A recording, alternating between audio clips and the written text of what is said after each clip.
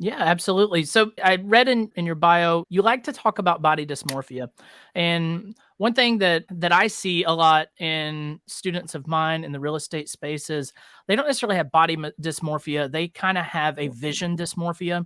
They see people Ooh. that are successful and they have this imposter syndrome of, I do want to be successful like that, but that's not who I am. And they have like this whole life dysmorphia. And I want you to talk a little bit about male body dysmorphia, its impact on mental health. And I think that in getting into this, it could really help both our male and female listeners out there on relating like what is dysmorphia and what impacts is it having on our mental health, and how can we also overcome this dysmorphia of what success in our lives looks like. Eric, I love that you brought that up because the first question that came to my head when you said that about vision dysmorphia is, do your goals match your behaviors? Mm. Do your behaviors match your goals? Because so many times we have this vision, but we're not doing what needs to be done, whether it's with real estate investing, whether it's the way we want to look, whether it's the foods that we want to eat. Are we matching what we're trying to do?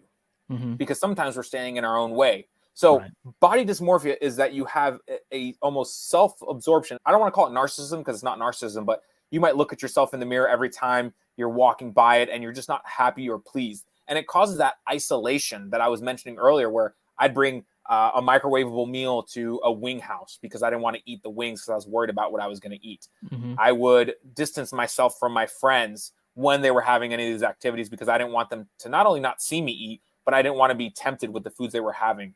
And then when it was Sunday, I do my cheat meal. I remember my biggest cheat meal I ever had was a whole pizza, a whole burrito from a Chipotle, and burgers and fries. I had never felt, to be honest with you, Eric, so bad because I was just so full.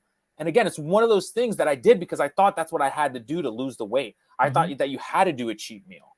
And having that body dysmorphia, think about not only how my gut felt, but my mental space as well. And I wasn't feeding it the foods it needed. And one thing